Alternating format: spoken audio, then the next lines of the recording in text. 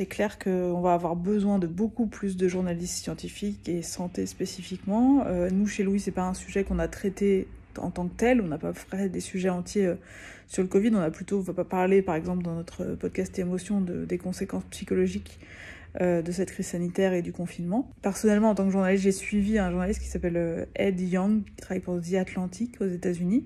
et qui a fait vraiment un travail incroyable de recherche sur le virus et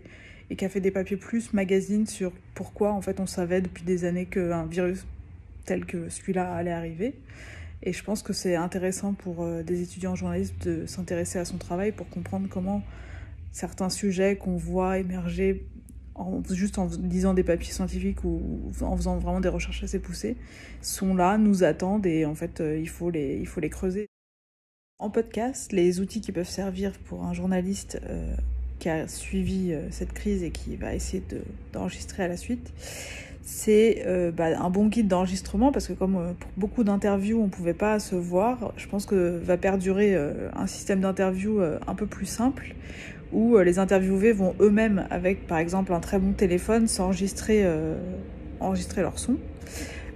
Et nous, on s'est rendu compte pendant le confinement chez Louis Média que c'était vraiment une très bonne façon d'enregistrer parfois quand c'était des terrains auxquels on ne pouvait pas accéder ou des pays très lointains. Ça nous permet d'avoir des gens qui sont très bien placés pour parler de sujets très précis, mais auxquels on ne pouvait pas forcément avoir accès avant. Pendant le premier confinement, chez Louis, on a modifié tous nos podcast pour le book club qui était donc un format où c'est une journaliste qui allait voir une femme dans sa bibliothèque pour l'interroger sur un livre qui l'avait marqué. Comme on pouvait plus aller chez elle, elles s'auto-interviewaient sur la base de notre questionnaire, elles étaient seules face avec leur téléphone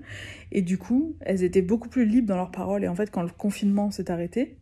on a décidé de garder le format comme ça parce qu'en fait, comme elles étaient beaucoup plus libres, elles disaient des choses beaucoup plus fortes que ce qu'elles disaient à une journaliste. On a adoré ce format et donc on l'a gardé et je pense qu'il y a plein de rédacs qui ont justement créé un peu des formats comme ça. C'était intéressant de voir avec cette crise que les gens avaient besoin d'informations et que du coup ils se sont vraiment tournés en masse vers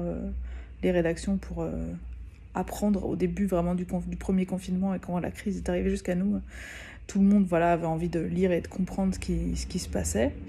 Et c'est vrai que je pense que ça a permis de redonner un peu confiance en les médias.